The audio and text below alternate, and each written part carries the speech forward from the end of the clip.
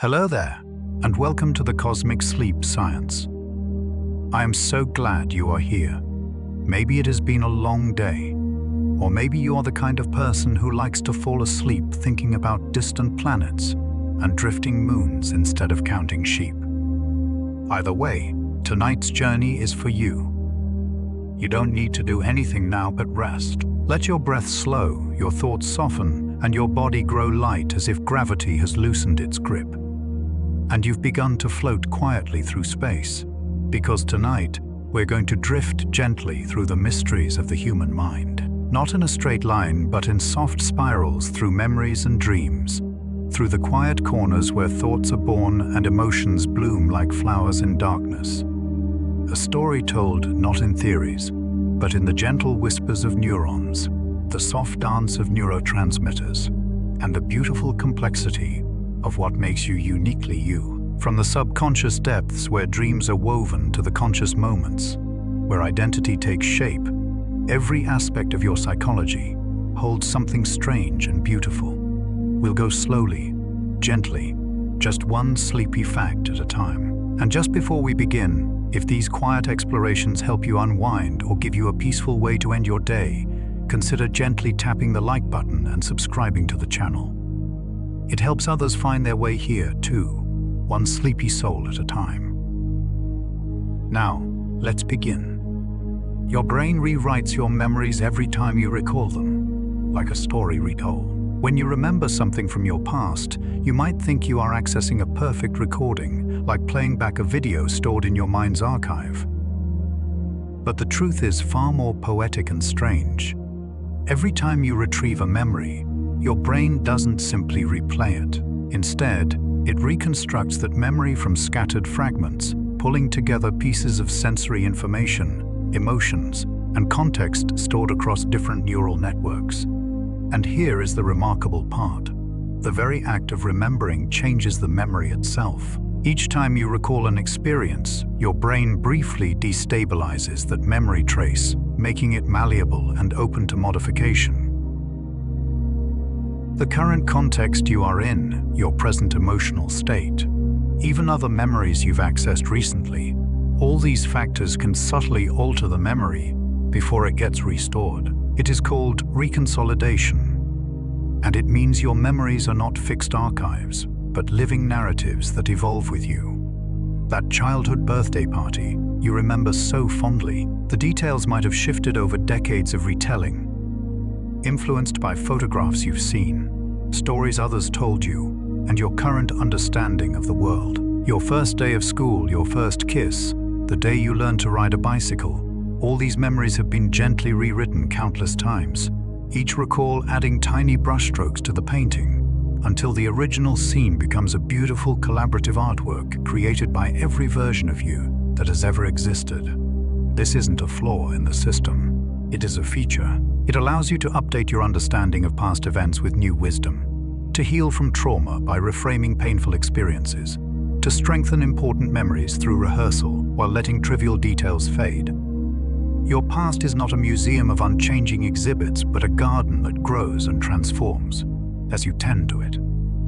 You are not just remembering your life, you are continuously recreating it, shaping who you were with who you are now, building a bridge between past and present with every act of recollection. Your mind can only truly focus on one complex thought at a time, despite feeling multitask. Modern life celebrates multitasking as a valuable skill, the ability to juggle multiple demands simultaneously, to split your attention between phone and conversation, email and meeting, cooking and planning tomorrow's schedule. But neuroscience reveals a humbling truth.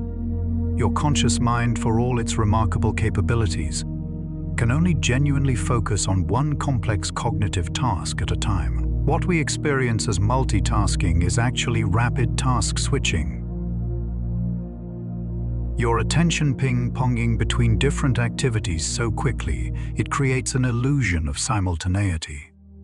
And every switch carries a cost. When you shift focus from one task to another, your brain needs time to disengage from the first activity, move attention to the second, and reload the relevant context and rules for the new task. This switching process, though it happens in milliseconds, accumulates. Studies show that people who frequently multitask are actually less efficient than those who focus on one thing at a time. They make more mistakes, remember less, and take longer to complete their work.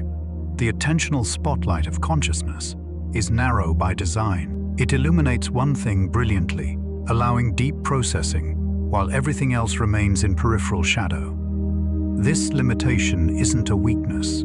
It is what allows for depth. When you give your full attention to a single moment, a single conversation, a single experience, you can perceive nuances, make connections, and engage with a richness impossible when attention is fractured. The irony is that our distracted, multitasking culture makes us feel perpetually busy, yet often leaves us with the unsettling sense that we're not truly present for our own lives. We skim across the surface of experience rather than diving deep, but the capacity for sustained, undivided attention, what psychologists call flow or deep work, this is where human minds truly excel. When you read a compelling book and lose track of time, when you have a conversation so engaging the rest of the world disappears, when you work on a project with such focus that hours pass like minutes, that is your brain operating as evolution designed it. Fully present, completely absorbed, experiencing the profound satisfaction that comes from giving your whole self to one thing. Tonight, as you listen to these words, you are practicing that ancient art of single-pointed attention. Nothing to do but rest and listen. No emails to check, no tasks to juggle. Just this moment, this gentle flow of information, this quiet space where your mind can simply be. Memories are not stored in single locations, but distributed across vast neural network. If you could somehow open up your brain and look for where a specific memory lives, you wouldn't find it in any particular place. There is no memory drawer, no filing cabinet in your hippocampus labeled Summer Vacation 2015 or Grandmother's Face. Instead, each memory is encoded as a pattern of connections between millions of neurons, scattered throughout your brain. The visual details of a memory might be stored in your visual cortex, the emotional tone in your amygdala, the spatial context in your hippocampus, the linguistic labels in your temporal lobe, and the sensory textures across multiple regions. When you remember something, your brain rapidly reactivates this distributed pattern, pulling together all these scattered fragments in a coordinated neural symphony that recreates the experience in your consciousness. It is like an orchestra where every musician sits in a different city, yet when the conductor gives the signal, they play together in perfect harmony through some invisible connection. This distributed storage has fascinating implications. It means memories are remarkably resilient. Damage to one brain area might degrade certain aspects of a memory, but rarely destroys it completely because the other pieces remain intact elsewhere.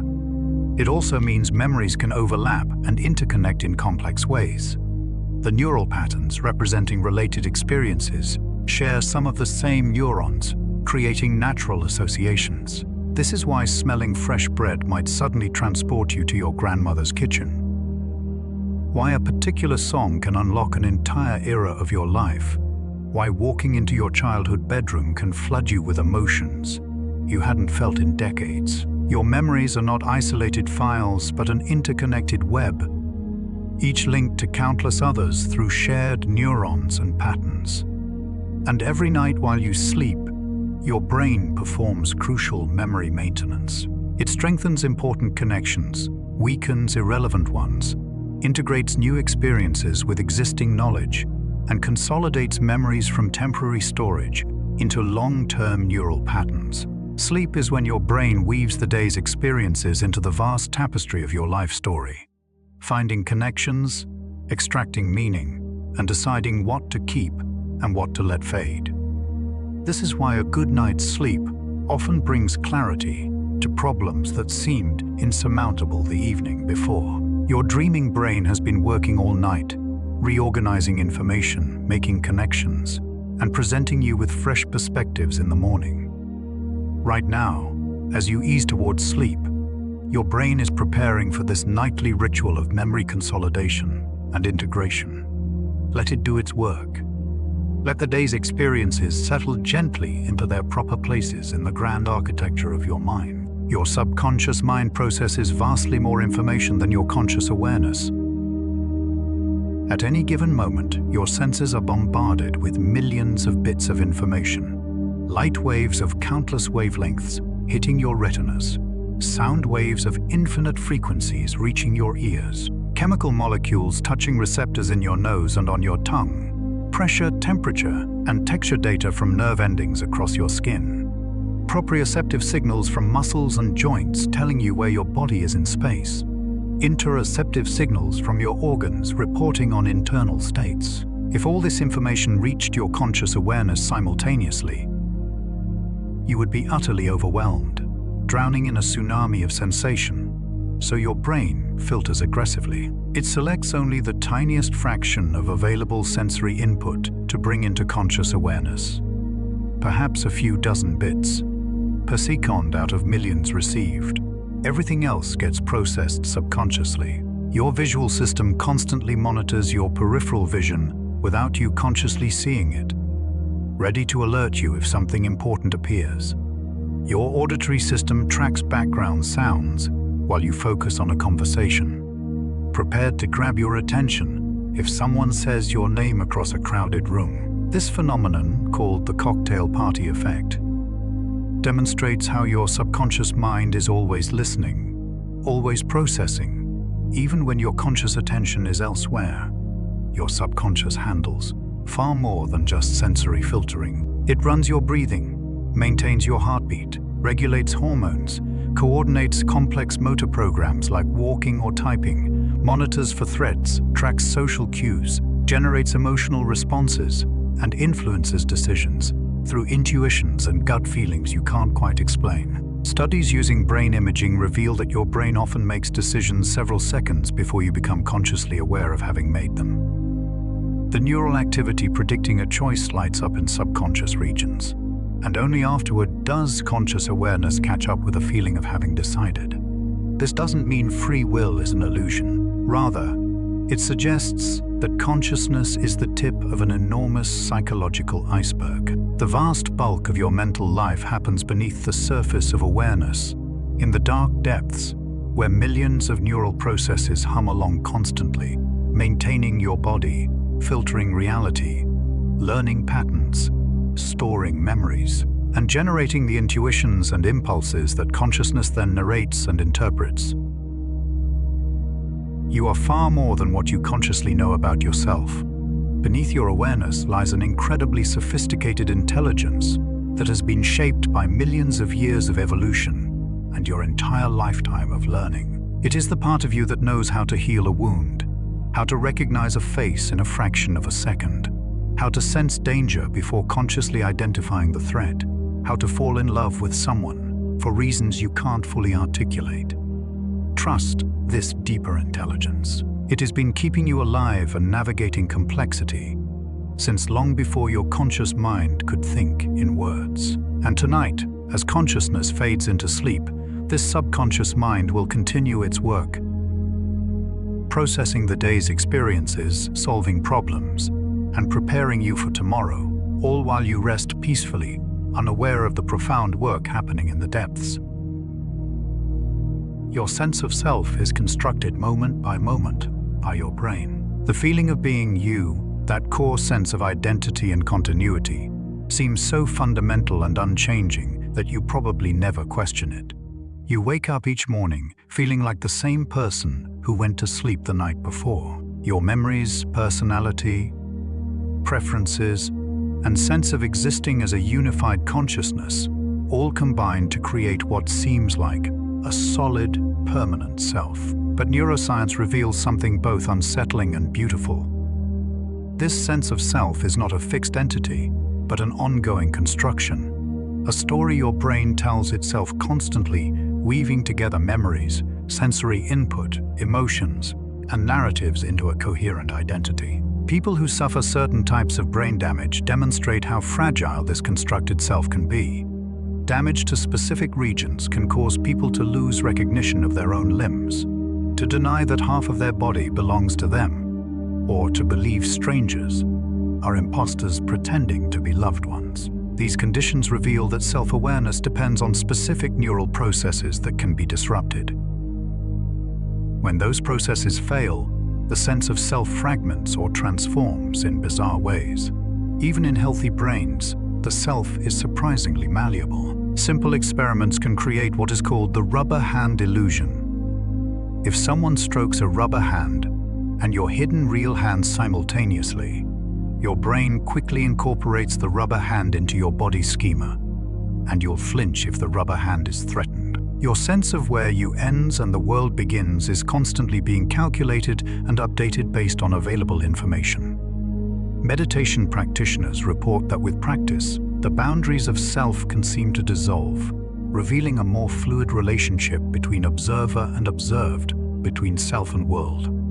The self you feel so intimately is not discovered but created. Your brain takes the blooming, buzzing confusion of existence and organizes it into a coherent narrative with you as the protagonist. It selectively highlights some memories while letting others fade. It constructs explanations for your behaviors that maintain consistency with your self-image. Even when those explanations might not fully capture the complexity of why you did what you did, it filters perceptions through the lens of past experiences and future expectations, showing you a world that makes sense to the particular self you believe you are. This might sound disturbing. The idea that your deepest sense of identity is a kind of useful fiction, but it is also liberating. If the self is constructed rather than fixed, then you have more freedom to reconstruct it than you might have thought. The person you are at 20 doesn't have to be who you are at 40. The identity that serves you well in one phase of life can be gently reshaped as circumstances change. You are not locked into being one particular version of yourself forever. Growth, change, and transformation are not betrayals of your true self, but expressions of the self's fundamental nature as something fluid and evolving. And perhaps the deepest rest comes from occasionally letting go of the constant work of maintaining this self. In deep sleep, the narrative voice quiets. The constant self-monitoring and self-judgment fade. For a few hours each night, you exist without being anyone in particular, without maintaining an identity, without telling yourself the story of you. It is a kind of temporary death and rebirth, a nightly reminder that beneath all the constructed identity lies something more fundamental. Harder to name, the simple fact of existing, awareness itself. Prior to all the stories we tell about who we are, your emotions are not just feelings but complex physiological states, affecting your entire body. When you feel afraid, it is not just a mental experience. Your heart pounds faster, pumping blood to your muscles. Your breathing quickens, bringing more oxygen. Your pupils dilate, sharpening vision. Stress hormones flood your bloodstream. Blood flow redirects away from digestion toward muscles needed for fight or flight. Your immune system modulates its activity. Even your perception changes, with threatening stimuli grabbing attention more readily and time seeming to slow down. Fear is a whole-body transformation, an ancient survival program that mobilizes every system for dealing with danger. And this is true for all emotions. Joy doesn't just make you feel good mentally. It triggers the release of endorphins and dopamine, reduces stress hormones like cortisol, strengthens immune function, and shifts your entire physiology toward a state of growth and healing rather than defense. Sadness slows you down, reduces energy, turns attention inward, and signals to others that you might need support. Anger energizes and focuses you, preparing for confrontation or pushing through obstacles. These aren't separate categories of mental versus physical experiences. Emotions are fundamentally embodied, arising from the complex interaction between brain, body, and environment. Your brain constantly monitors signals from your body, integrating information about heart rate, breathing, muscle tension, gut sensations, and countless other physiological indicators. This internal state, combined with external circumstances and cognitive interpretations, generates emotional experience. Change your body and you change your emotions. Slow your breathing deliberately and anxiety reduces. Stand in a confident posture and you feel more powerful. Smile even when you don't feel like it, and mood improves slightly. The relationship runs both ways. Emotions change physiology, and physiology influences emotions. This has profound implications for emotional regulation. You are not helpless in the face of your feelings. By working with your body through breathing exercises, progressive muscle relaxation, physical activity, or even just changing your posture, you can shift your emotional state. The emotions themselves aren't the enemy. They're information. Sophisticated biological programs evolved over millions of years to help you navigate life's challenges. Fear alerts you to danger. Sadness signals loss and prompts withdrawal and healing. Anger mobilizes resources to overcome obstacles. Joy indicates you are on the right track and encourages you to continue. Disgust protects you from contamination and disease. Each emotion, even the uncomfortable ones, serves a purpose. The problem isn't having emotions, but getting stuck in them, or having emotional reactions that no longer match current reality, because they're based on past experiences or imagined futures. Much of psychological suffering comes from fighting against or trying to suppress natural emotional responses, or from emotional patterns that made sense once but outlived their usefulness. As you settle into rest tonight, you can let your body soften, releasing the physical tensions that hold emotional patterns in place. Let your shoulders drop, let your jaw unclench, let your breathing deepen and slow. Let your muscles release their preparedness for action. Your emotions will shift naturally as your physiology changes, moving toward the calm states conducive to sleep. Your body knows how to rest. Trust it to guide you there. Most of your decisions are made by emotional and intuitive processes, not rational analysis. We like to think of ourselves as rational beings who carefully weigh evidence, consider alternatives, and make logical choices. The conscious mind prefers this narrative of itself as a reasonable decision maker in control. But research in psychology and neuroscience paints a very different picture. The vast majority of your decisions, from trivial to life-changing, are made primarily by emotional and intuitive processes, with rational analysis often coming in afterward to justify choices already made by deeper parts of your mind. Consider a simple decision like choosing what to eat for lunch. You might consciously think through some options, but the actual choice is driven largely by emotional responses to different foods, based on past experiences, current physiological states, and unconscious associations. The same is true for bigger decisions: whom to marry, what career to pursue, where to live, which job offer to accept. These choices that seem to require careful analysis are often ultimately made by gut feelings, emotional responses, and intuitions that bubble up from subconscious processing. Studies show that when people are asked to make complex decisions under time pressure or distraction, so they can't engage in extensive rational analysis, they often make better choices than when given unlimited time to deliberate. This seems paradoxical. Shouldn't more thinking lead to better decisions? But it turns out that conscious rational thought, while valuable, has severe limitations. It can only hold a few pieces of information in working memory at once.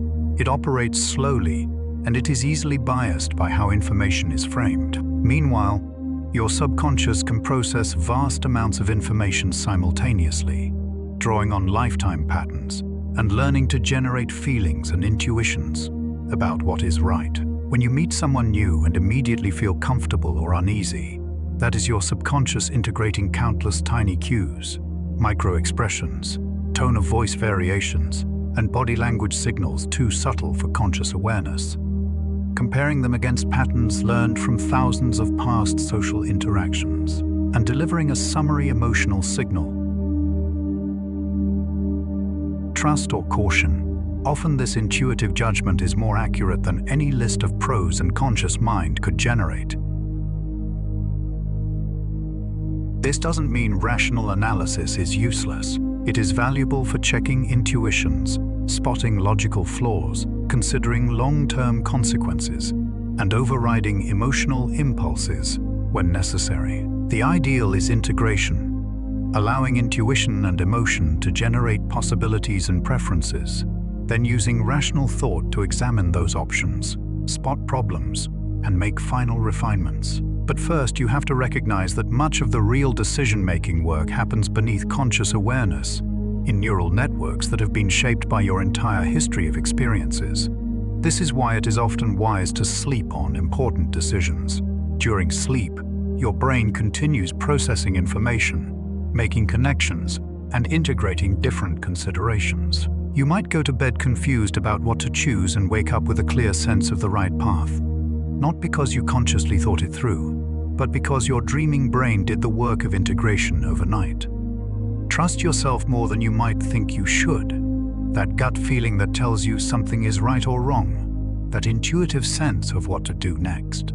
It is not arbitrary. It is the output of incredibly sophisticated neural processing drawing on vastly more information than your conscious mind can access. Of course, intuition isn't infallible. It can be biased by fears, limited experiences, or cultural conditioning. But neither is pure rationality infallible.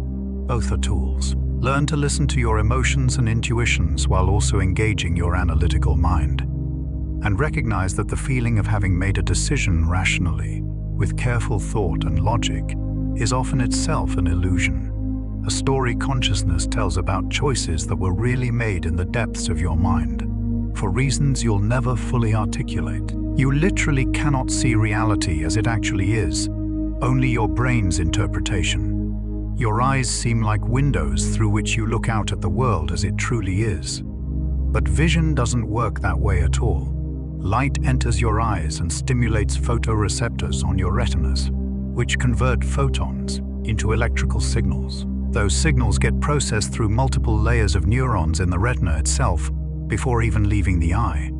Then they travel along optic nerves to your brain, where the real work begins. The visual information gets distributed to dozens of different brain areas, each specialized for extracting particular features, edges, colors, motion, depth, faces, objects. All these distributed processes work simultaneously, comparing incoming signals against stored patterns, making predictions about what is out there, filling in missing information, and constructing a coherent visual experience. What you see is the end result of all this processing, a constructed model of the world built by your brain. And that model is not reality itself. It is an interpretation simplified and distorted in specific ways that were useful for survival. Your visual system has blind spots where the optic nerve connects to your retina, yet you don't see dark patches in your vision because your brain fills them in seamlessly. You can only see clearly in a tiny central region of your visual field, yet you feel like you see everything in high definition because your eyes constantly dart around and your brain stitches together a complete picture. Colors don't exist out in the world. They're qualia created by your brain to represent different wavelengths of electromagnetic radiation. The smooth continuity of visual experience is an illusion. You actually take in information in discrete snapshots, and your brain creates the sense of smooth motion. Your expectations profoundly influence what you see. If you expect to see something, your brain often obligingly generates that perception, even from ambiguous input. This is why eyewitness testimony is so unreliable, why optical illusions work, why people can look at the same situation and genuinely see completely different things. Every person's brain filters and constructs reality slightly differently based on their unique neural architecture, past experiences, current goals, and attentional focus. And vision is just one sense. Every channel through which you receive information about the world involves similar processes of filtering, interpretation, and construction. The sounds you hear are your brain's interpretation of pressure waves. The tastes and smells are responses to molecular shapes. Even your sense of your own body is constructed, which is why phantom limbs feel real to amputees, and why you can trick your sense of body ownership with simple illusions. You have never experienced reality directly. You've only ever experienced your brain's model of reality, a useful simulation built from limited and processed sensory data. This isn't cause for despair or radical skepticism. Your brain's model is incredibly useful. It is accurate enough to navigate the world successfully, but it is humbling to realize that the vivid sense of directly perceiving an objective world is itself an illusion. You are living in a simulation, but the simulator is your own brain, and everyone lives in a slightly different simulation, which helps explain why people can have such radically different experiences of what seems like the same reality when disagreements arise. Often it is not that someone is seeing the truth and the other is wrong. Both are seeing their brain's interpretation, constructed from their unique perspective. This realization can foster compassion and curiosity rather than certainty and judgment. As you close your eyes tonight, you withdraw from the visual world your brain has been constructing all day. In darkness, that elaborate simulation winds down. Without external input to process, the visual system quiets. Your brain has been working so hard all day to maintain the illusion of seamlessly perceiving reality. Now it can rest from that task. Let it go. Let the constructed world dissolve behind closed eyes in the dark. You can rest from the work of perceiving and simply be. Your capacity for empathy is rooted in mirror neurons that simulate others' experiences in your own brain. When you watch someone smile, something remarkable happens in your brain. Neurons fire in your motor cortex as if you were smiling yourself, even though your face remains still. When you see someone in pain, your pain centers activate, giving you a visceral sense of their suffering. This isn't metaphorical. Your brain literally simulates the experiences of others, creating a neural echo of their states within your own nervous system. These are mirror neurons, specialized cells discovered in the 1990s that fire both when you perform an action and when you observe someone else performing that same action. They create a direct link between perception and action, between self and other. When you watch a dancer move, your motor system shadows those movements internally. When you see fear on someone's face, your amygdala responds as if facing threat yourself. This mirroring happens automatically, beneath conscious awareness, providing the neural foundation for empathy and social understanding. You don't just think about what others might be feeling, you feel it, at least partially, in your own body. This is why watching someone receive an injection can make you wince. Why seeing someone cry can bring tears to your own eyes. Why laughter is contagious and yawns spread through a room. Your brain doesn't maintain rigid boundaries between self and other. It constantly simulates the mental and physical states of people around you, creating a kind of neural resonance. This capacity for empathy is one of humanity's great gifts. It allows cooperation, compassion, and the complex social bonds that define human culture. But it also carries costs. Highly empathetic people can become overwhelmed by absorbing others' emotions, a phenomenon called empathic distress. Healthcare workers, therapists, and caregivers often experience compassion fatigue from constantly resonating with others' suffering. The mirror neuron system doesn't discriminate. It reflects everything, which is why you need healthy boundaries and practices for emotional regulation. Interestingly, you can modulate mirroring through attention, and training experienced meditators show different patterns of brain activation when witnessing suffering. They feel compassion, the desire to help without becoming overwhelmed by empathic distress. They've learned to maintain awareness of others' pain while not losing themselves in it. This suggests empathy is not a fixed trait, but a skill that can be developed and refined. You can strengthen your capacity to understand others while also protecting yourself from being flooded by their emotions. The mirroring also extends to attitudes and behaviors. Spend time with anxious people, and you might notice your own anxiety increasing. Surround yourself with calm, positive individuals, and you'll likely feel more peaceful. This isn't just social influence at a conscious level. It is neural contagion, your brain automatically synchronizing with the brains around you. This is why the emotional atmosphere of environments matters so much. A tense household, a supportive workplace, a critical social group. These contexts literally shape your internal states through constant neural mirroring. Choose carefully who you spend time with, not because you should avoid people in pain, but because your nervous system will inevitably resonate with theirs, and sustained exposure to certain emotional patterns will shape your own baseline states. Tonight, in the quiet privacy of rest, you can let the mirroring system settle. You are not in active social engagement, not reading faces or responding to others' emotions. Your brain can stop the constant work of social simulation and simply exist in its own state, whatever that may be. This is part of why solitude is restorative. It gives your empathic circuits a break from their endless work of resonating with the world around you. Rest in the simple fact of being yourself, contained and complete, not extending out to match anyone else's energy. Nostalgia is not just remembering the past, but a complex emotional state that serves psychological functions.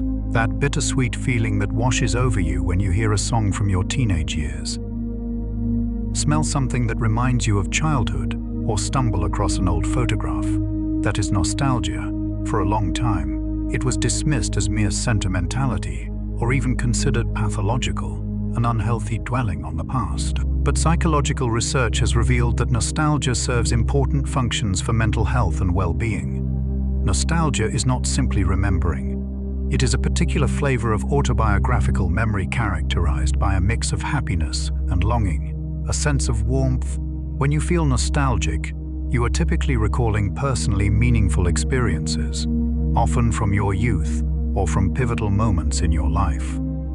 These memories tend to be social, involving important relationships and shared experiences. And interestingly, nostalgic memories are almost always positive, or at least mixed, rarely purely negative.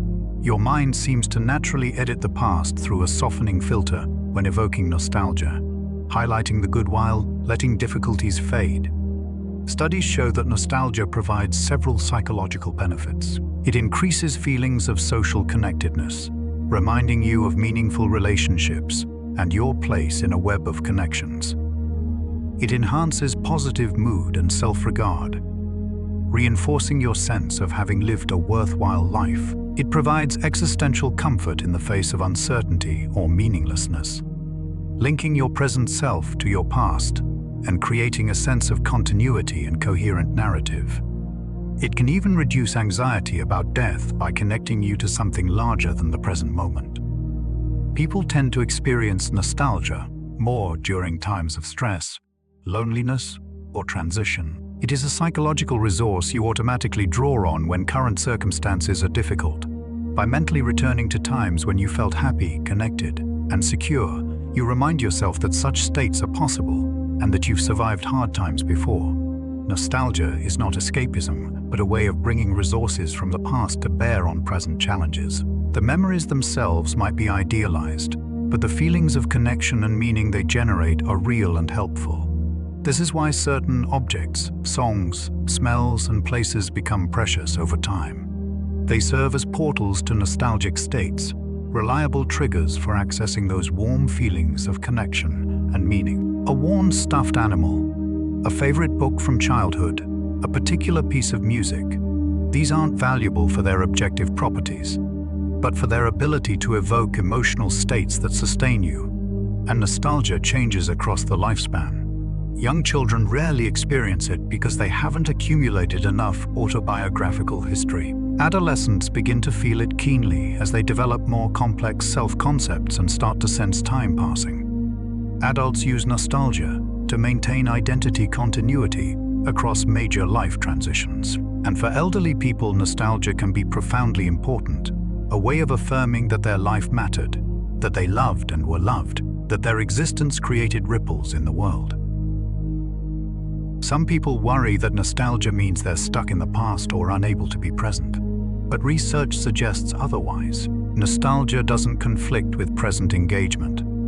In fact, by providing a secure base of positive memories and affirmed identity, it can actually increase willingness to face new challenges and try new experiences. Knowing where you've come from, having a reservoir of meaningful memories to draw on, this doesn't trap you. It frees you to move forward with confidence. Tonight, if memories drift through your mind as you settle towards sleep, don't push them away. Let yourself feel whatever nostalgia arises, that sweet mixture of then and now, presence and absence, joy and gentle sadness. Those memories are part of you, treasures your mind has preserved across time. They remind you that you've lived, that you've connected, that your life has been rich with meaning even if you don't always feel that in the present moment. Let the warmth of those memories ease you into rest, a soft pillow for your drifting thoughts. You dream for about 2 hours each night, though you remember only fragments.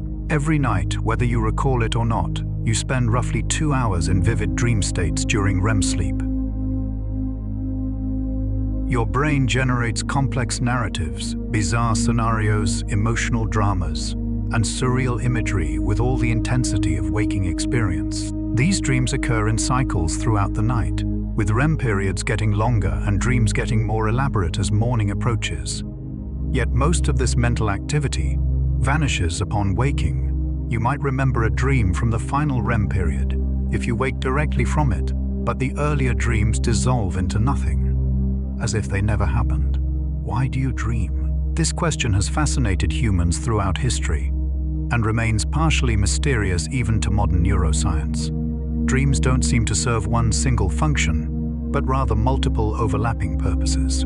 During REM sleep, your brain consolidates memories, processing the day's experiences and integrating them into long-term storage. Dreams may be the subjective experience of this memory processing, fragments of recent events mixing with older memories in strange combinations, as your brain sorts and categorizes.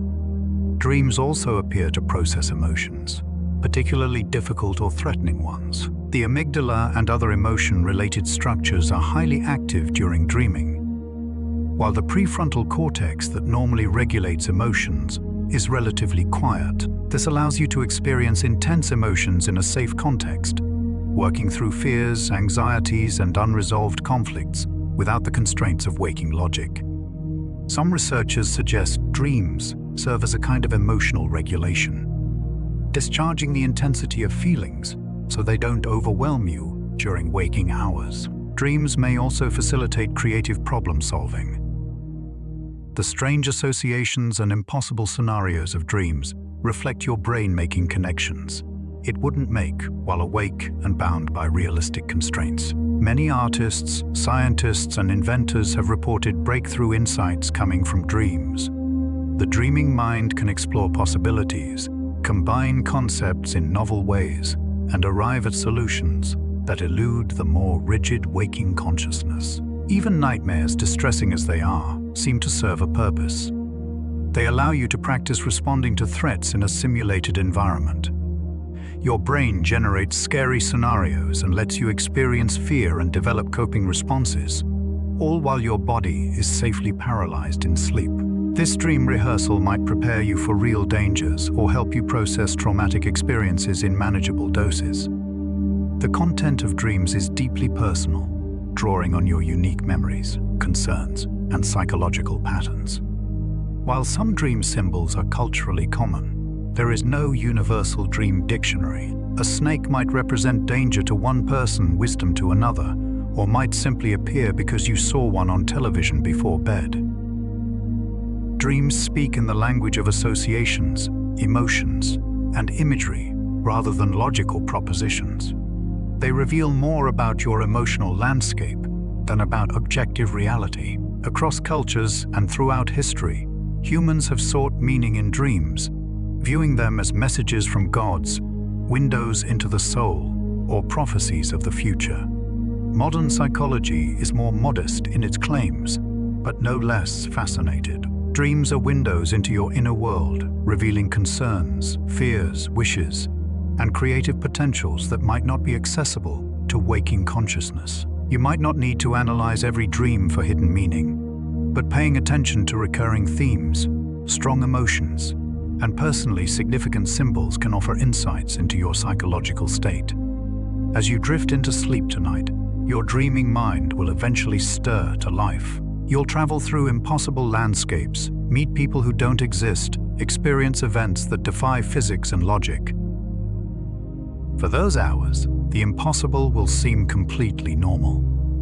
Your sleeping brain will be working diligently, processing the day, regulating emotions, consolidating memories, exploring creative connections. And then you'll wake, most of it forgotten, carrying forward only the faintest residue of those rich nocturnal experiences. But the work will have been done. You'll be slightly different tomorrow because of tonight's dreams, even if you remember nothing of them. The placebo effect demonstrates your mind's remarkable power over your body's physical states. Give someone a sugar pill while telling them it is powerful pain medication, and a substantial percentage of people will experience real pain reduction. Their subjective reports of feeling better might be dismissed as mere belief or suggestion. But the placebo effect goes far deeper than that. Brain imaging studies show that placebos trigger actual physiological changes. When people expecting pain relief take a placebo, their brains release endogenous opioids, the body's natural painkillers. The same brain regions that respond to real medications light up in response to placebos. The pain reduction is not imaginary. It is neurochemically real, produced by the brain's own pharmacology in response to expectation and belief. This works for far more than just pain. Placebos can reduce inflammation, lower blood pressure, alter neurotransmitter levels, affect immune function, and influence virtually every system in the body. Even more remarkably, the strength of the placebo effect depends on context and ritual. Bigger pills work better than smaller ones, even though both are inert. Injections produce stronger effects than pills. More expensive placebos outperform cheaper ones. Brand-name placebos beat generic. The color and shape of pills influence what conditions they seem to help. An elaborate medical ritual with an authority figure in a white coat enhances the effect. Your brain takes all these contextual cues and uses them to generate physiological responses. The placebo effect reveals something profound about the mind-body relationship. Your beliefs and expectations don't just influence how you interpret physical sensations. They actually change the sensations themselves by triggering real biological mechanisms. The boundary between mental and physical is far more porous than our conventional thinking suggests.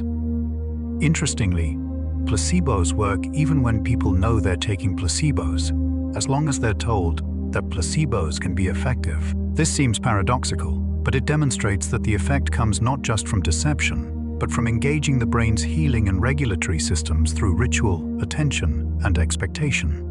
There is also a nocebo effect, the dark mirror of placebo.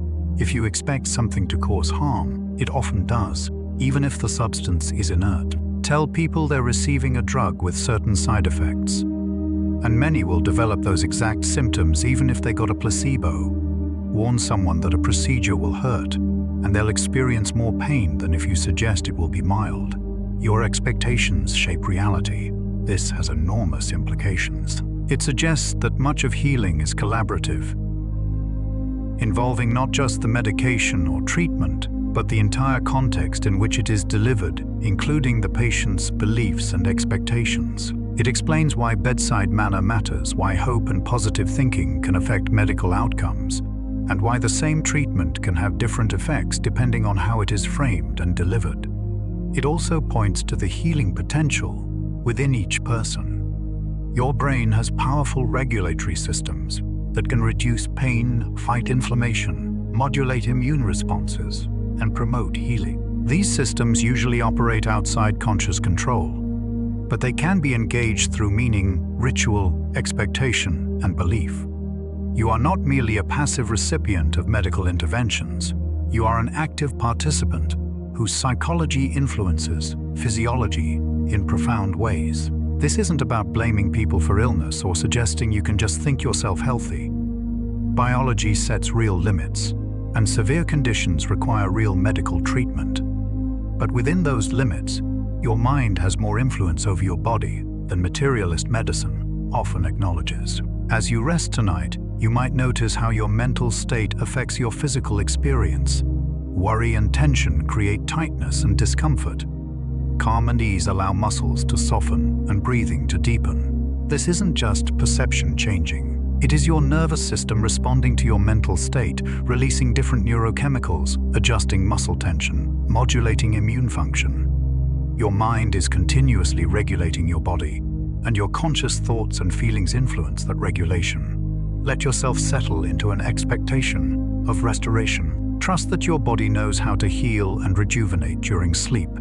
That trust itself may help activate the systems that make it true. Your personality is both remarkably stable and continuously changing throughout your life. When psychologists assess personality using standardized tests, they find considerable stability over time. Someone extroverted at age 20 will likely still be relatively extroverted at 40. Core traits like conscientiousness, openness, and emotional stability show strong correlations across decades. There is something fundamentally you about your personality that persists despite life's changes. This stability has both genetic and environmental roots. Twin studies suggest that roughly 40 to 60% of personality variation is heritable, determined by your genetic makeup. The rest comes from environmental factors, particularly non-shared experiences unique to you rather than your family background. By early adulthood, your personality has crystallized into relatively stable patterns. And yet personality is not fixed like eye color. It continues changing throughout life in response to experiences, relationships, deliberate efforts, and the natural process of maturation. Most people become more conscientious, agreeable, and emotionally stable as they age. Change is so common that researchers call them the maturity principle. You literally grow up psychologically, becoming more responsible, cooperative, and calm as you gain life experience. Major life events can shift personality. Marriage, parenthood, career changes, trauma, loss, illness, all these experiences can alter personality traits over time. Sometimes changes are temporary, a spike in neuroticism after a stressful event that gradually returns to baseline. Other times, transformative experiences permanently shift your personality in meaningful ways. Who you become is shaped by what you go through. You can also deliberately change aspects of personality through sustained effort. Want to become more extroverted? Push yourself to engage socially even when it feels uncomfortable, and over time, it gets easier as your brain rewires and new patterns become habitual. Want to develop more conscientiousness? Implement systems and routines that force organized behavior. And eventually, the trait itself strengthens. Personality isn't entirely plastic. You can't transform yourself into a completely different person through willpower alone. Genetic predispositions set certain parameters. But within those parameters, you have more agency than you might think. Different contexts also bring out different aspects of personality. You might be outgoing with close friends but reserved with strangers, creative in some domains but conventional in others, agreeable at work but assertive at home. Personality isn't one fixed thing, but a collection of patterns that express differently depending on context and role. This means you contain multitudes. The various versions of you that appear in different situations are all authentically you, different facets of a complex whole. And perhaps the deepest continuity isn't found in specific traits, but in the narrative you construct. Your life story, the way you make sense of your past and imagine your future. This provides a sense of identity that persists even as specific traits shift. You might change from ambitious to content, from anxious to calm, from reserved to outgoing, and yet still feel like the same person, because you maintain a coherent story linking all these chapters. The self is both the stable author and the evolving protagonist of that ongoing narrative. As you've moved through life, you've changed in countless ways while remaining yourself. The child you were still lives somewhere in your psychology, yet you are also fundamentally different from that child. The same will be true in the future. Tomorrow's version of you will carry today's self forward, while also being transformed by whatever lies ahead. This is not a flaw, but the basic nature of human psychology. You are both being and becoming, both stable and changing, both discovered and created. Tonight, you can rest in both aspects, the stable core that has persisted through all changes, and the flowing stream that never stops transforming. Both are true, both are you. Loneliness affects your physical health as much as smoking or obesity. The pain of loneliness is not just emotional. It is a physical alarm system screaming that something vital is missing. For millions of years of human evolution, being isolated from the social group meant death. Our ancestors survived through cooperation, connection, and mutual support. A human alone in the ancestral environment was a human in mortal danger. So natural selection wired the brain to experience social isolation as a threat, activating the same biological stress responses that mobilize you to flee predators or fight enemies. When you are lonely, your body interprets it as a survival threat. Stress hormones like cortisol remain chronically elevated. Your immune system shifts toward inflammation and away from viral defense. Blood pressure increases. Sleep quality degrades, even though you might spend more time in bed. Loneliness literally changes your body at the cellular level, altering gene expression in ways that promote inflammation and suppress immune function. Over time, these changes accumulate, increasing risk for cardiovascular disease, stroke, dementia, depression, anxiety. Research comparing the health impacts of various risk factors found that chronic loneliness is as dangerous as smoking 15 cigarettes, per Dalton Y, and more harmful than obesity. This isn't metaphorical. Social isolation kills as surely as poor diet or lack of exercise, just more slowly and less visibly. The cruelest aspect is that loneliness creates a vicious cycle. When you feel lonely, your brain shifts toward a self-protective mode, becoming more vigilant for threats, more likely to interpret ambiguous social signals negatively, more prone to withdraw. Loneliness makes you see the social world as more dangerous and rejecting, which leads to behaviors that actually push people away, which increases loneliness further. Breaking out of this cycle requires deliberate effort, reaching out even when instincts scream to withdraw, extending trust even when past experiences suggest caution. But here is the subtle point that matters most.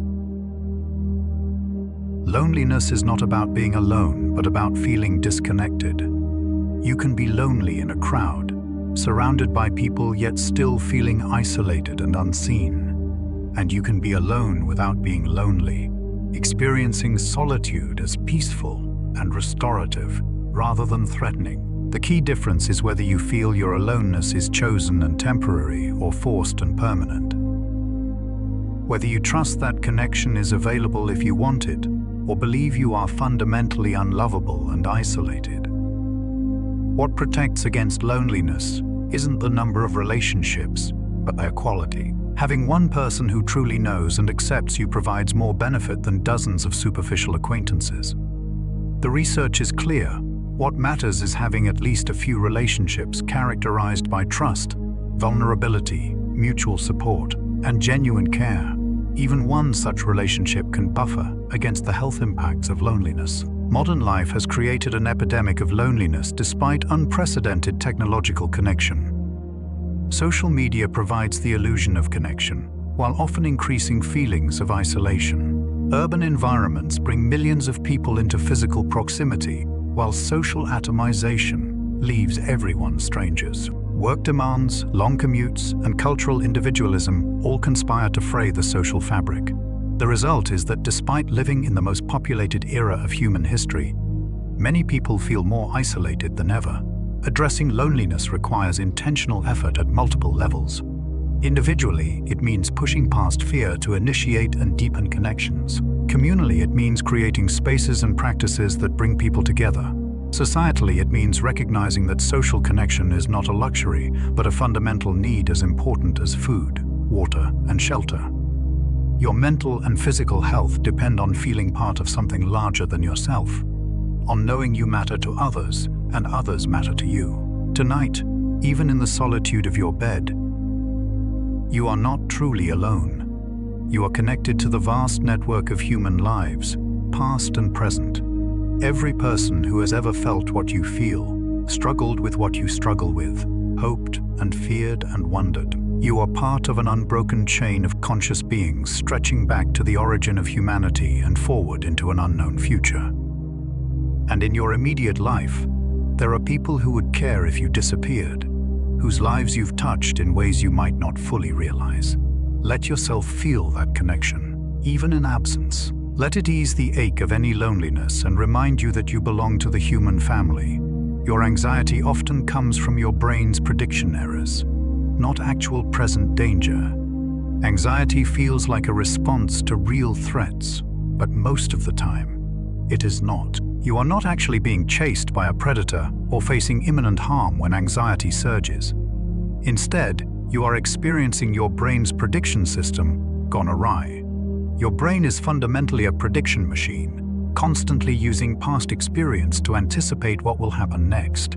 It compares actual incoming sensory data against these predictions. When predictions match reality, all is well. But when there is a mismatch, a prediction error, your brain treats it as important information that needs attention. Anxiety often arises from prediction errors in the domain of threat. Your brain predicts danger based on superficial similarities to past threats, even when current circumstances are actually safe. That feeling of dread when your boss says, "We need to talk," comes from your brain predicting negative outcomes based on similar phrases that preceded bad news in the past. The racing heart before a social event reflects predictions of rejection or judgment based on previous painful social experiences. Your brain doesn't carefully analyze whether the current situation actually warrants fear. It just notices pattern similarity and triggers anxiety to prepare you for predicted danger.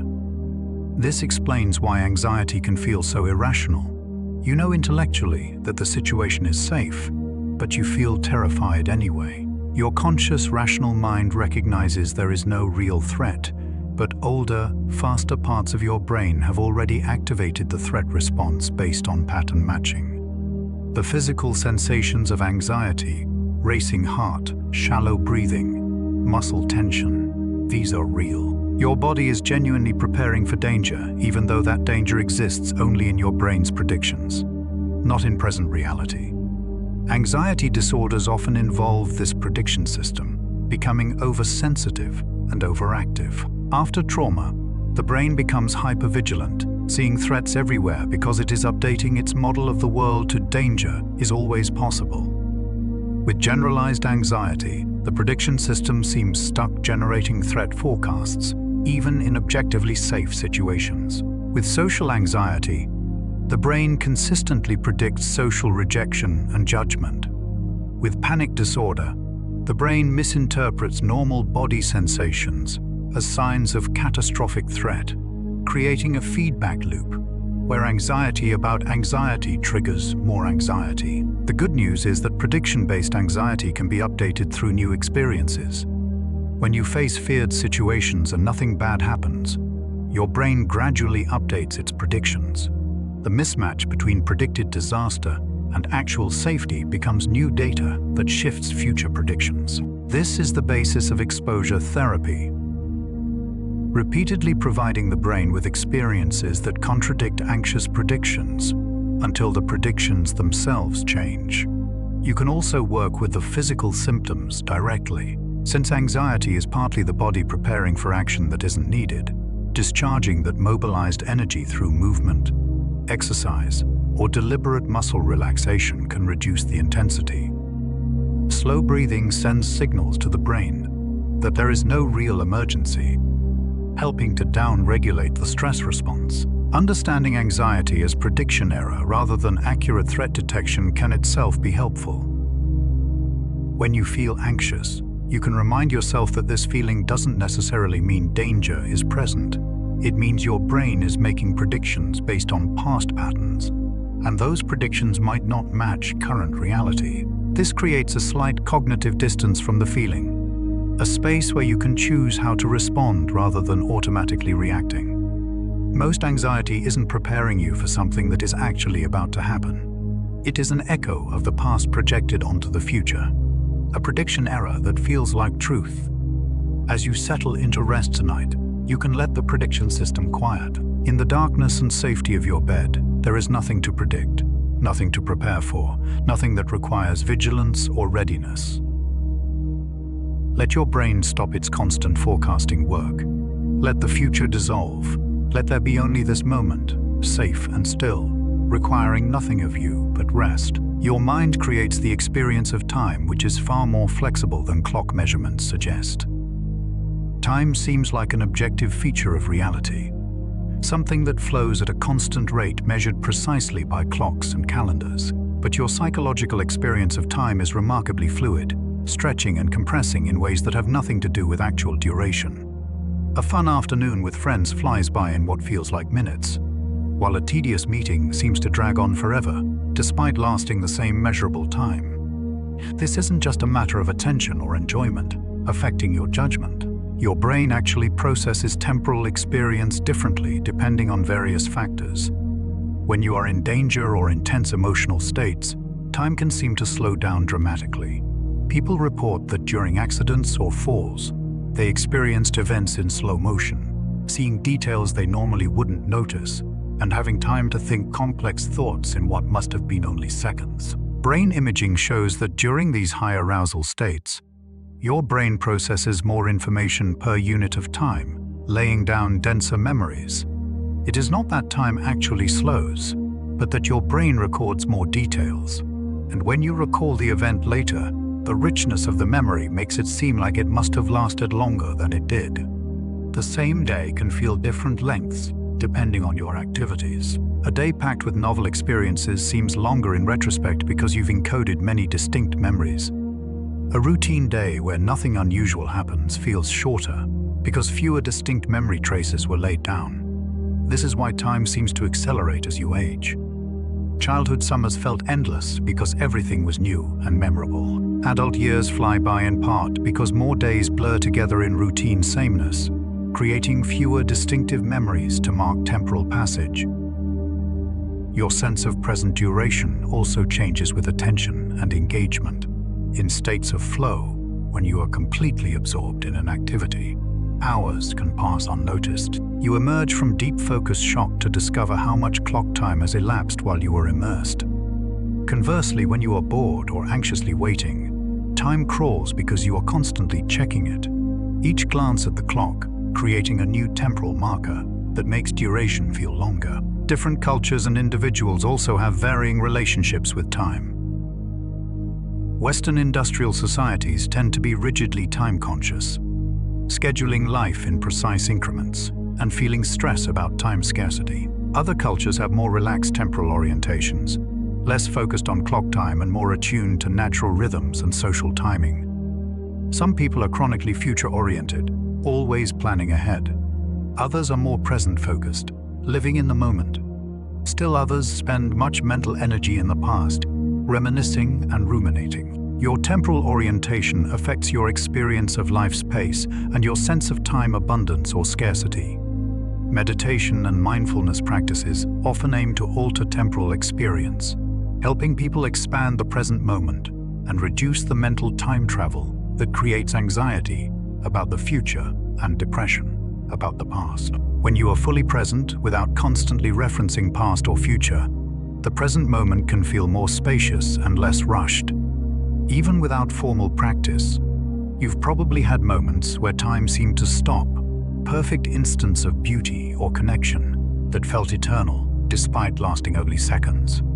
The flexibility of psychological time has practical implications. If you want your life to feel longer and richer, seek novelty and meaningful experiences that create strong memories.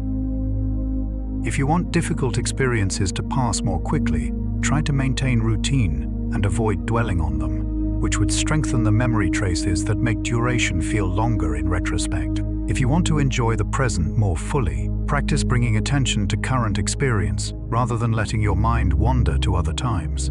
Tonight, as you drift towards sleep, the usual experience of time will dissolve. In deep sleep, there is no sense of duration. Hours pass in what feels like an instant. You lose consciousness and regain it seemingly moments later.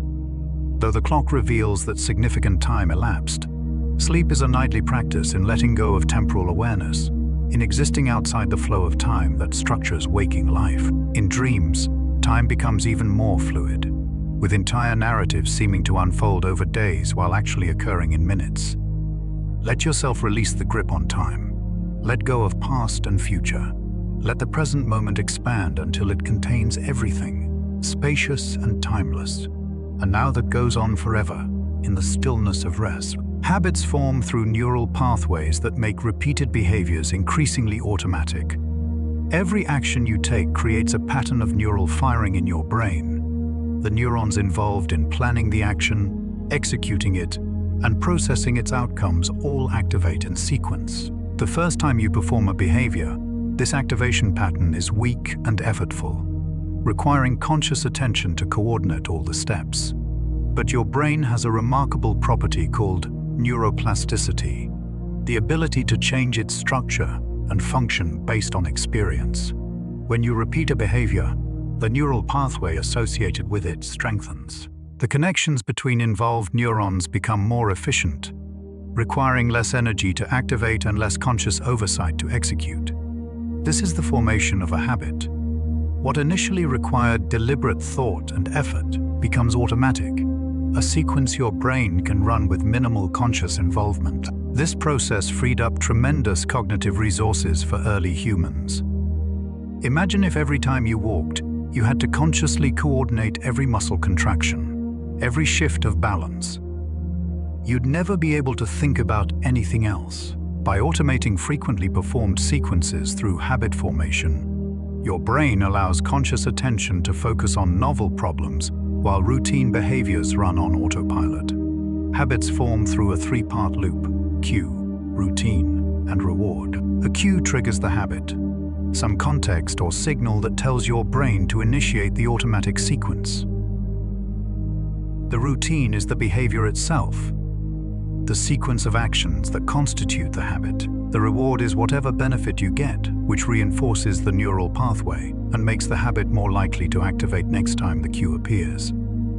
Understanding this loop is key to both forming helpful habits and breaking harmful ones. If you want to establish a new habit, you need to identify a consistent cue, make the routine as easy and pleasant as possible, and ensure there is a rewarding outcome. If you want to break a bad habit, you can disrupt the loop by avoiding cues, replacing the routine with a different behavior that provides similar rewards, or removing the reward that reinforces the pattern. But changing habits is genuinely difficult because those neural pathways have been strengthened through repetition. Your brain defaults to running established programs, and overriding them requires sustained conscious effort. This is why New Year's resolutions so often fail. People rely on willpower and motivation to fight against powerful automated patterns, and willpower is a limited resource that depletes with use. More effective approaches work with the brain's habit machinery rather than against it, making desired behaviors easier and more rewarding while making undesired behaviors harder and less rewarding, gradually shifting which automatic patterns predominate. The habits you carry shape your life more than occasional conscious choices. Most of what you do each day is habitual, the same routines playing out automatically. How you spend your morning, your work patterns, your social behaviors, your evening wind down, most of this runs on autopilot. This means that who you are is largely determined by your habits. Want to be healthier? Establish habits of good nutrition and regular movement. Want to be more creative? Build habits of regular creative practice. Want better relationships? Develop habits of attentive listening and regular connection. You cannot simply decide to be different and maintain that through constant willpower. You need to build new neural pathways through repetition until the desired behaviors become as automatic as the old patterns they replace. This takes time and patience. Research suggests that habit formation typically requires at least 2 months of consistent repetition, sometimes much longer depending on the complexity of the behavior. You have to push through the initial period when the new behavior feels awkward and requires effort, trusting that eventually it will become effortless. The effort is front-loaded. Initially, change is hard, but once new habits are established, maintaining them becomes easy because they run automatically. Your current habits were formed through the same process, though often unconsciously. You didn't deliberately decide to check your phone first thing in morning, or to stress eat when anxious, or to avoid difficult conversations. These patterns emerged through repetition and reinforcement until they became automatic. But the same neural plasticity that created unhelpful habits can create beneficial ones. Your brain remains capable of change throughout life, continuously forming new pathways and pruning unused ones. You are never locked into being a particular way. As you rest tonight, your habits don't require maintenance.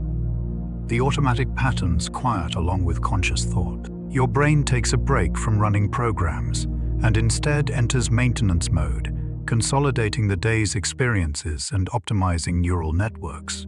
Sleep itself is when many habit-related neural changes solidify.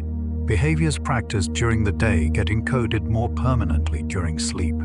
This is why sleeping after learning enhances retention and skill development. Let your brain do its work, strengthening what serves you and gradually weakening what doesn't, sculpting itself into slightly better form while you rest peacefully.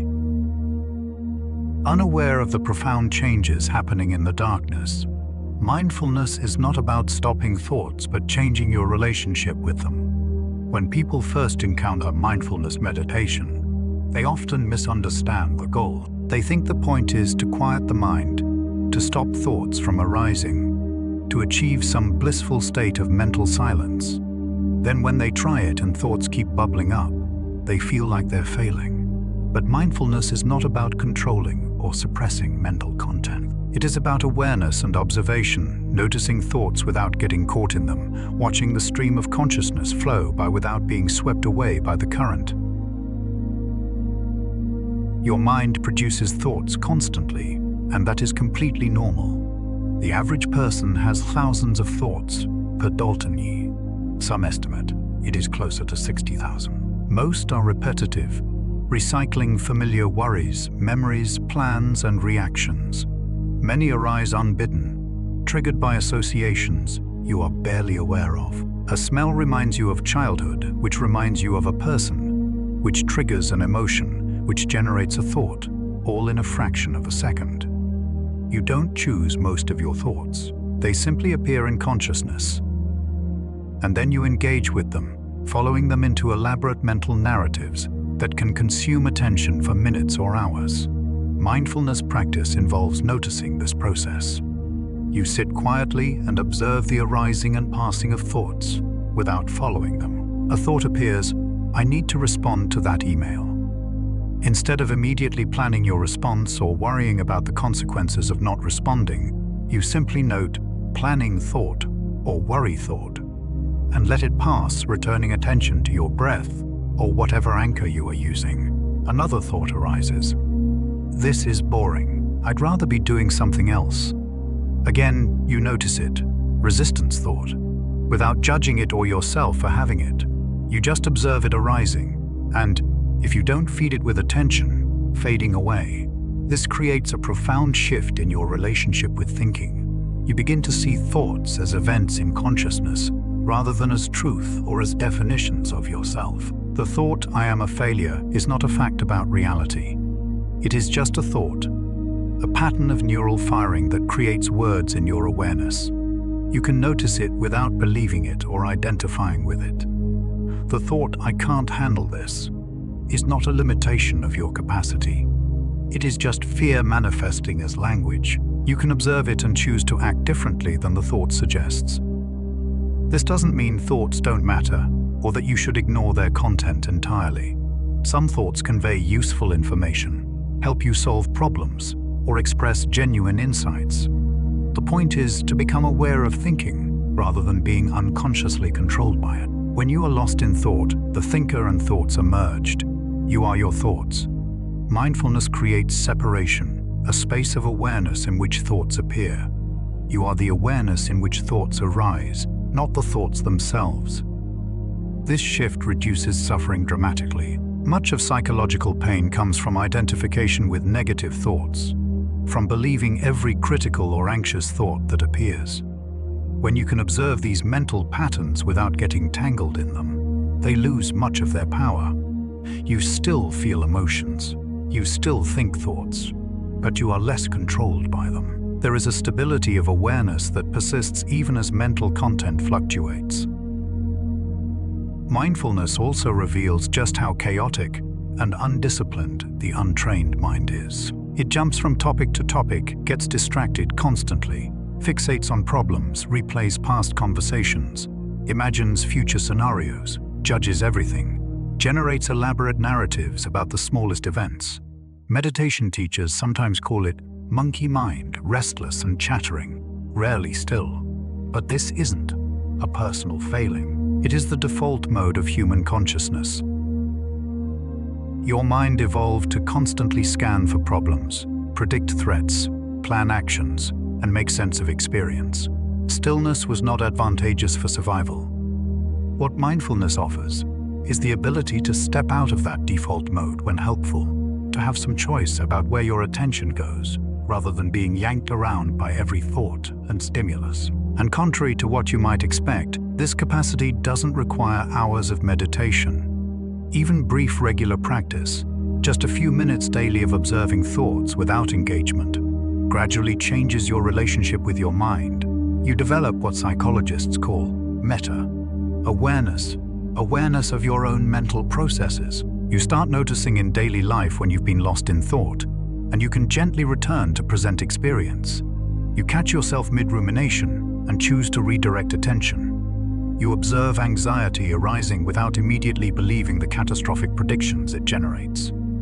Tonight, thoughts will drift through your mind as you settle into rest. You don't need to stop them or engage with them. Let them pass like clouds across the sky of awareness. Some will be mundane, planning thoughts about tomorrow. Some might be worries or regrets. Some might be random fragments of memory or imagination.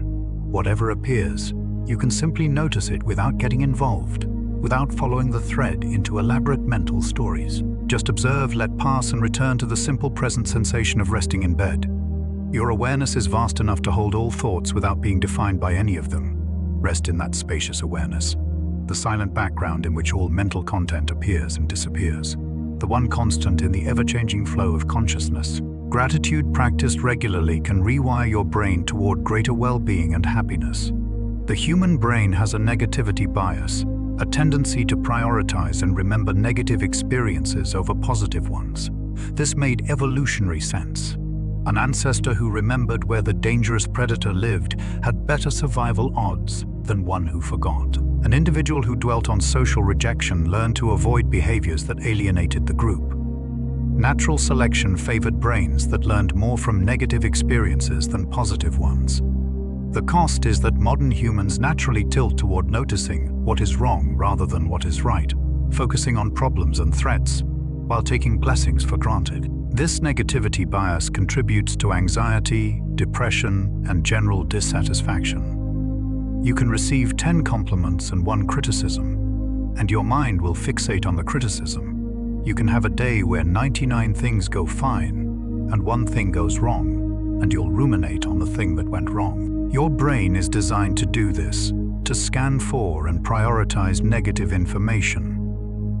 But neuroplasticity means you are not locked into this pattern. Deliberately practicing gratitude can gradually retrain your attention and rewire your neural networks. When you regularly direct attention to what you appreciate, what is going well, what you are thankful for, you strengthen the neural pathways associated with positive emotion and weaken the dominance of negativity bias. Brain imaging studies show that gratitude practice activates regions associated with reward, social bonding, and stress relief, while reducing activity in areas linked to anxiety and depression. Over time, people who regularly practice gratitude show increased activity in the prefrontal cortex and other regions associated with well-being even when they're not actively practicing.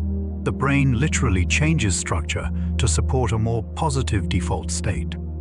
The practice itself is simple. Each day you deliberately bring to mind things you are grateful for, ideally noting them in writing or speaking them aloud to make the practice more concrete.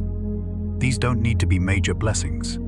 In fact, savoring small everyday goods is often more powerful than only acknowledging big obvious ones. The comfort of your bed, the taste of morning coffee, a kind word from a colleague, sunlight through the window, a moment of laughter, the fact that your body is breathing without conscious effort. When you direct attention to these ordinary miracles and really feel appreciation for them, You are training your brain to notice and value positive aspects of experience. This doesn't mean denying difficulties or pretending everything is perfect. Toxic positivity, forcing yourself to be grateful when you are genuinely suffering, doesn't help. But even in difficult circumstances, there are usually some things that remain good, some aspects of life that are working, some sources of support, or beauty or meaning. Acknowledging these alongside the difficulties creates balance, rather than the distorted perspective where problems fill the entire field of view. Gratitude also has social benefits. Expressing appreciation to others strengthens relationships. Feeling grateful for people in your life motivates prosocial behavior and generosity. Receiving genuine gratitude from others creates positive emotions and strengthens bonds. Gratitude is inherently relational, connecting you to the sources of good in your life, whether people, circumstances, or simple existence itself. Some people find it helpful to keep a gratitude journal, writing down 3 things they're grateful for each evening. Others prefer mental practices, pausing during the day to acknowledge appreciation for whatever is present. Some express gratitude in prayer or meditation. The specific method matters less than the consistency. Like physical exercise, the benefits come from regular practice over time. Gradually shifting your brain's baseline toward greater positivity, resilience, and life satisfaction. Interestingly, gratitude seems to work partly by disrupting adaptation. Humans quickly adapt to positive changes, taking them for granted once they become familiar. The new car that brought joy at first becomes just your car after a few months. The promotion you worked toward feels normal soon after achieving it. This hedonic adaptation prevents sustained happiness from external improvements, but deliberately practicing gratitude interrupts adaptation, helping you continually notice and appreciate what you have, rather than always focusing on what is lacking or what you want next. Tonight, before sleep fully takes you, you might reflect on a few things from your day that you appreciate. Perhaps there were moments of comfort or pleasure, however small. Perhaps someone was kind to you or you to them. Perhaps you are grateful for the simple fact of being here, alive and conscious, able to experience anything at all. Perhaps you are thankful for this time of rest, this opportunity to let go and renew. Feel the warmth of appreciation as you name these things silently to yourself. Let gratitude be the last conscious emotion before sleep, a gentle positive note on which to end the day, training your brain toward well-being one small practice at a time. Your sense of identity is partly created through the stories you tell about yourself. When someone asks you to describe yourself, you don't just list objective traits, you tell stories. You might talk about where you grew up, significant relationships, challenges you've overcome, achievements you are proud of, failures that shaped you, turning points when your life changed direction.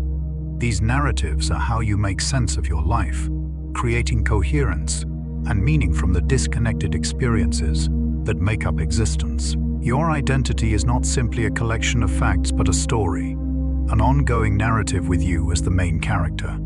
Psychologists studying narrative identity have found that the stories people tell about themselves powerfully influence well-being, resilience, and life satisfaction. Two people can go through similar experiences, but construct very different narratives about what those experiences mean, and these different narratives lead to different outcomes. Someone who frames difficult experiences as lessons and growth opportunities tends to be more resilient than someone who sees the same experiences as evidence of victimhood or unfair suffering. Someone who tells a story of overcoming obstacles develops a different sense of self than someone who tells a story of being defeated by circumstances. The narrative you construct about your life influences how you see yourself, what you believe you are capable of, how you interpret new experiences, and what possibilities you imagine for your future. And here is the fascinating part. These narratives are not objective truth, they're interpretations. Stories you've chosen or absorbed from culture and family. The raw facts of your life could support multiple different narratives. You choose which events to emphasize, how to interpret their meaning, what themes to highlight, what arc you are tracing from past through present to future, and you can revise your narrative. Therapy often involves exactly this, helping people tell new stories about their lives that are more empowering and conducive to well-being. The facts don't change, but the meaning attributed to them does. That difficult childhood can be framed as trauma that damaged you or as adversity that built strength.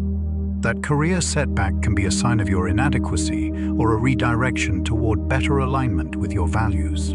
That ended relationship can be a failure that proves you are unlovable, or a learning experience that prepared you for healthier future connections. None of these interpretations is objectively true. They're narratives, and you have some agency in choosing which narrative to embrace.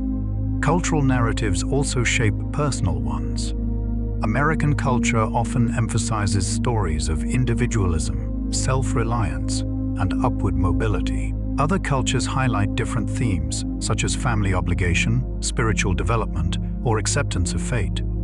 You absorb these cultural story templates and often unconsciously use them to structure your own narrative. Becoming aware of this influence allows you to question whether the stories you've inherited actually serve you, or whether you might construct more helpful ones. The narrative identity you've built influences not just how you understand your past, but how you approach your future. If your story is, "I always fail at X," you'll likely avoid X or approach it with anxiety that becomes self-fulfilling. If your story is, "I am resilient and learn from challenges," you'll approach difficulties with more confidence and openness. Your narrative literally shapes your future by influencing your choices, interpretations, and responses to circumstances. This is both empowering and somewhat unsettling. It means you have more authorship over your life story than you might think. But it also means you bear some responsibility for the narrative you are living. You can't control all the facts, all the things that happen to you, but you can influence how you frame and interpret those facts, what meaning you make, what story you tell about who you are and what your life is about. Some people live stories of scarcity and threat, where life is fundamentally dangerous and resources are always limited. Others live stories of abundance and possibility, where challenges are temporary and opportunities are everywhere. Same objective world, very different experienced realities based on narrative framing. As you drift into sleep, the conscious narrating voice that maintains your identity story quiets. You stop being the author and protagonist for a while. The narrative dissolves. This is part of what makes sleep so restorative. You get a break from the constant work of maintaining a coherent self-story. And in that break, there is freedom. You don't have to be anyone in particular. You don't have to maintain consistency with your character. You can just exist, storyless, released from the burden of identity. Tomorrow you can pick up the narrative again, perhaps telling it slightly differently, perhaps finding new meaning in old events, perhaps writing the next chapter with fresh perspective. Forgiveness is primarily for your own benefit, releasing you from the burden of resentment. When someone wrongs you, the immediate response is anger and hurt. You might want them to suffer as you've suffered, to acknowledge the harm they caused, to make amends.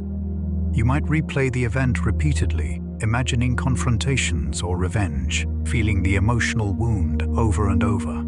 This is natural and understandable. But here is what often goes unrecognized. Holding on to resentment hurts you far more than it hurts the person who wronged you. They might be entirely unaware of your ongoing anger, or indifferent to it. Meanwhile, you are carrying that bitter weight, letting it occupy mental space, trigger stress responses, color your perception of the world, and poison your emotional well-being. The metaphor is apt. Refusing to forgive is like drinking poison and expecting the other person to die. Forgiveness doesn't mean condoning what happened, pretending it was okay, or reconciling with someone who harmed you. It doesn't require forgetting the offense or making yourself vulnerable to repeated harm. Forgiveness is an internal process of releasing the emotional grip that resentment has on you. It is deciding to stop defining yourself by the wound, to stop giving that person and that event power over your present emotional state. It is choosing to free yourself from the prison of ongoing anger, even if the person who wronged you never acknowledges their actions or changes. research on forgiveness shows remarkable benefits. People who forgive experience reduced anxiety and depression, lower blood pressure, better sleep, stronger immune function, and improved cardiovascular health. The act of releasing resentment literally changes your physiology, deactivating stress responses that were being chronically triggered by rumination on the offense.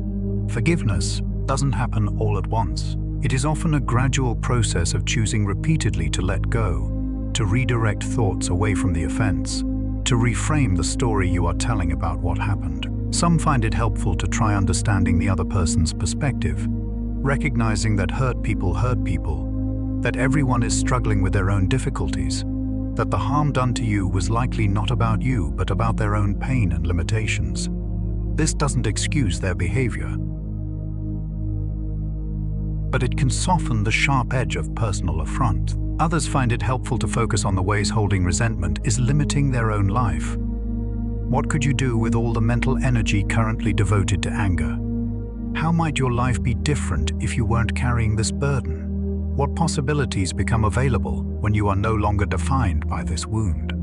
Sometimes the hardest person to forgive is yourself. You might carry shame and self-blame for past mistakes, berating yourself for things you did or didn't do, unable to accept your own human fallibility. Self-forgiveness is as important as forgiving others, perhaps more so because you can't escape yourself.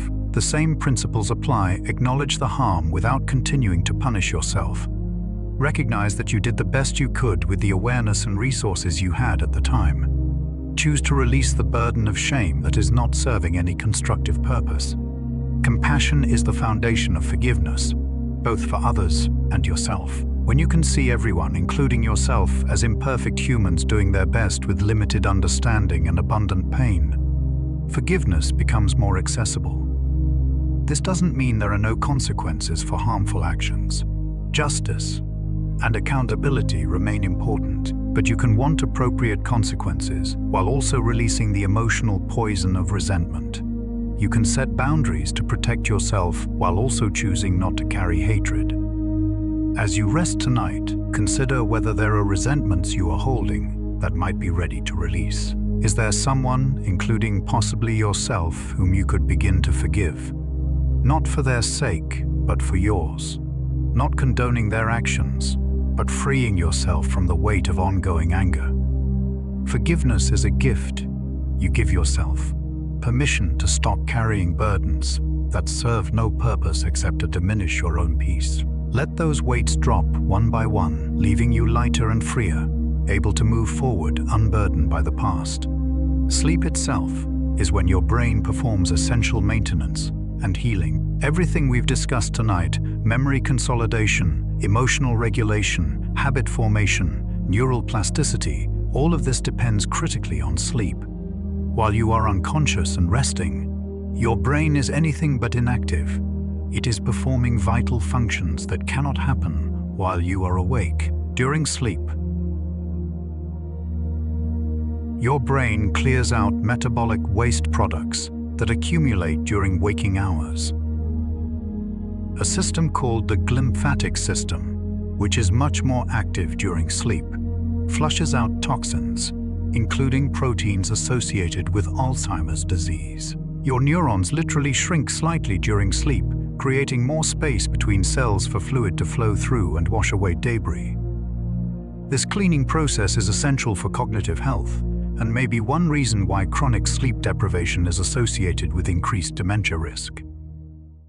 Sleep is also when memories consolidate. The hippocampus, which temporarily stores new memories during the day, replays experiences to the cortex during sleep, transferring information into long-term storage. Without adequate sleep, memory formation is impaired. You might experience events, but they won't be properly encoded and stored, leading to gaps in memory and difficulty learning. Different sleep stages serve different functions. Deep, slow-wave sleep is particularly important for physical restoration, immune function, and consolidating factual memories. REM sleep, when most vivid dreaming occurs, is crucial for emotional processing, creativity, and consolidating procedural memories and skills. You cycle through these stages multiple times each night in a carefully orchestrated sequence. Disrupting this architecture by fragmented sleep or insufficient total sleep duration compromises all these restorative functions. Your immune system relies on sleep to function properly. During sleep, your body produces and distributes immune cells and proteins that fight infection and inflammation. People who don't sleep enough get sick more often and take longer to recover from illness. Sleep deprivation suppresses immune function as significantly as stress does. Hormones that regulate appetite, metabolism, growth, and stress response are all influenced by sleep. Too little sleep disrupts the balance of hunger hormones, increasing appetite and cravings for high-calorie foods, while decreasing feelings of fullness. This is one mechanism linking insufficient sleep to obesity and metabolic disorders. Growth hormone, essential for tissue repair and muscle growth, is released primarily during deep sleep. Cortisol and other stress hormones follow daily rhythms tied to sleep-wake cycles. Chronic sleep disruption throws all these systems out of balance. Emotionally, sleep is when difficult feelings get processed and integrated. The saying, "sleep on," it reflects genuine wisdom. Problems that seem overwhelming at night often feel more manageable in the morning after sleep has allowed emotional processing. The amygdala, your brain's emotional center, is highly reactive after sleep deprivation, responding more intensely to negative stimuli. Meanwhile, the prefrontal cortex that normally regulates emotional responses is less active. This combination makes you emotionally volatile when sleep deprived, more likely to overreact to minor frustrations, and less able to manage difficult feelings. All these functions occur automatically while you sleep. You don't have to do anything except allow sleep to happen. Your brain knows how to orchestrate this complex restorative process. It has been doing it every night of your life since before you were born. You slept in the womb. You'll sleep tonight. And your sleeping brain will perform its essential work, cleaning, consolidating, healing, preparing you for tomorrow. This is not passive time. It is not wasted or unproductive. Sleep is when your brain transforms from today's version of itself into tomorrow's, incorporating new learning, adjusting neural networks, processing emotions, and maintaining the systems that keep you alive and functioning. It is as essential as food and water, yet modern culture often treats it as optional or a sign of weakness. The glorification of constant busyness and sleep deprivation is literally making people sick, stupid, and emotionally unstable.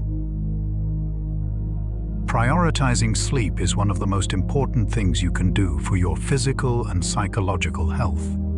And tonight, you are doing exactly that. You are giving your brain the gift of time to do its essential work. You are trusting the natural process that has sustained human life for hundreds of thousands of years. You are letting go of the waking world and allowing the deeper intelligence of your sleeping brain to take over, managing the complex processes that maintain your health and well-being while you rest peacefully in the darkness. And so, dear listener, our gentle journey through the landscape of your inner world comes to its close. We've wandered together through memory and emotion, habit and identity, perception and thought. We've seen that you are both simpler and more complex than you might have imagined. Your brain, with its intricate networks and elegant mechanisms, creates the rich tapestry of your psychological experience. And yet beneath all that complexity lies something fundamental and mysterious. The simple fact of being aware, of existing, of experiencing anything at all. If your thoughts are drifting now, if the boundary between waking and sleeping grows soft and permeable, that is exactly as it should be. You've spent your day maintaining consciousness, navigating challenges, making decisions, managing emotions, interacting with others. Now you can let all that go. Your conscious mind has done its work. It is time to surrender to the deeper processes that will carry you through the night. Let your body sink heavily into the bed, every muscle releasing its grip, every joint settling into comfortable alignment. Let your breathing deepen and slow, each exhale longer than the last, carrying away any remaining tension or mental activity. Let your thoughts become more diffuse, less coherent, fragments of images and feelings that don't connect into logical sequences. Let the darkness behind your closed eyes expand until it feels infinite, a vast space of peace in which you float weightlessly. You are safe. You are held. The world will continue without your vigilance. Tomorrow will come whether you worry about it or not. Right now, in this moment, there is nothing you need to do. Nothing you need to figure out. Nothing you need to be except exactly what you are. A conscious being gradually releasing consciousness, allowing sleep to claim you gently. Your brain knows how to sleep. Your body knows how to rest. These are ancient, automatic processes refined over millions of years of evolution. Trust them. Trust yourself. Let go of the steering wheel. Let the natural rhythms carry you down into the soft darkness, where healing happens, where memories integrate, where tomorrow's version of yourself is being prepared. Thank you for sharing this time, for bringing your attention and curiosity to these ideas about the beautiful complexity of human psychology. May your sleep be deep and restorative. May your dreams be gentle. May you wake tomorrow feeling renewed, carrying forward the insights that serve you and leaving behind anything that doesn't. The mind is a wondrous thing, and yours has earned this rest. Good night, fellow traveler through consciousness. Good night, beautiful human mind. Let yourself sleep now. All is well. Everything is exactly as it should be. The day is done. Sleep is here. Rest now deeply and completely, held safely in the arms of the night. The universe continues its ancient turning, and you can simply let go, trusting in the processes that sustain you. Sleep well. Dream softly. Be at peace. You are exactly where you need to be, doing exactly what you need to do. Sleeping, resting, renewing, perfect, complete.